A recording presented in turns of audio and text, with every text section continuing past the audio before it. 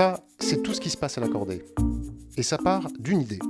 L'éducation est vraiment très liée à l'instruction. Quand dans sa vie personnelle on a des problèmes, la scolarité aussi en pâtit. Du fait du petit nombre, on peut justement à la fois autant prêter une attention à l'instruction qu'à l'éducation. Et c'est la particularité de cette école.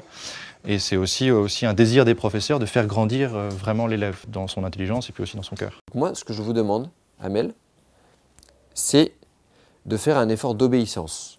Un de vos jeux préférés, c'est de jouer un peu avec les adultes. Même si c'est drôle, eh bien, ça ne vous aide pas. Et ça vous fait du mal, en fait. Sans que vous le sachiez, vous vous faites du mal. Ici, les enfants sont pris au sérieux. Amel, j'ai quand même passé, je pense, 10 à 15 minutes avec elle.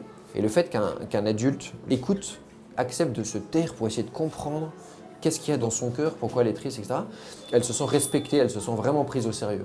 Par semaine, les parents reçoivent en moyenne 6 SMS de la part des professeurs. Monsieur le directeur, il m'a beaucoup aidé et les profs aussi. Au début, c'était dur, l'éducation. Ryan, c'est un garçon qui grandit, qui commence à avoir un caractère et tout, donc on se disputait énormément. Depuis que je l'ai mis dans cette école, en tout cas, je vois beaucoup de progrès.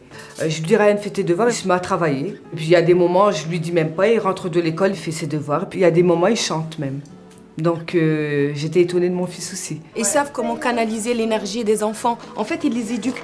C'est comme nous quand on était petits à l'école. Ce qui a disparu dans l'école publique, moi je dis, hein, à l'école publique, les enfants, c'est des enfants rois. Ils les laissent faire ce qu'ils veulent. Ah, il faut pas faire ça, faut pas... la psychologie de l'enfant, mais pour finir, ça, pour moi, ça n'a aucun sens parce que les enfants, ils ont besoin d'être éduqués. Les élèves entretiennent eux-mêmes leur école, ils jouent avec les profs et tous les soirs, le directeur fait le bilan de la journée au moment de la vie. Mais ce n'est encore que le début. Toute une société est en train de naître autour de l'accordé et des écoles de la Fondation Espérance Banlieue. Préparez-vous pour le prochain épisode. Au fait, la Fondation Espérance Banlieue est financée essentiellement par des dons. Les parents participent aux frais de scolarité, mais peu. Votre aide est nécessaire. Un élève de l'accordé coûte moins cher que dans le public. Nous avons besoin de vous pour avancer. Cliquez ici pour nous aider et partagez la vidéo.